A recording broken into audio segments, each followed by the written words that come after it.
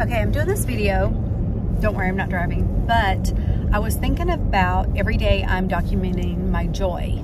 We're on a Sunday drive right now. I'm super excited because I'm going to go see my son and my daughter Lily, daughter-in-law, but she's my daughter too. Anyway, I was thinking about the word joy and then fully, joy fully, and how doing my 31 days of joy has really changed me to look at the joy in every day. And so I want, and hopefully you, to think about that too. And hopefully if you've done this 31 days with me, and actually we're still doing it, we're not even there yet, I hope that it has made you really look at the joy that comes from within and around us. And I shared this with my Plan with Intention group for 2021. And I said that for 2022, I'm putting out this complete new planner program that's more than a plan. It's taken action, but I thought I'm only, and I want to share this with you because I just feel so strongly about it. So if you're watching this today on YouTube, make sure you like and subscribe, and this may be for you. But so imagine if 2022 you did this with me.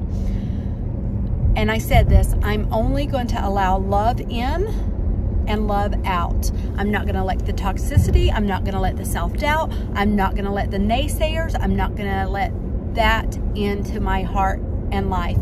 I'm going to only allow love to come in me and out of me. Now, is it something I'm going to have to practice? Yes. Is it something I'm going to have to be mindful of every day? Absolutely. I have this top 3 that I do, and I always build upon those principles, and I think, how can I do this? How can I have more joy and fully have these things in my life? And so as I was thinking about this, I wanted to talk about, 2022, because you guys, I have a word of the year. My word for 2021 was follow. If you feel it, follow it, and it will keep going within me. My word the year before that was enough. And I build upon those things. I don't just forget and go, you know what, I got that covered.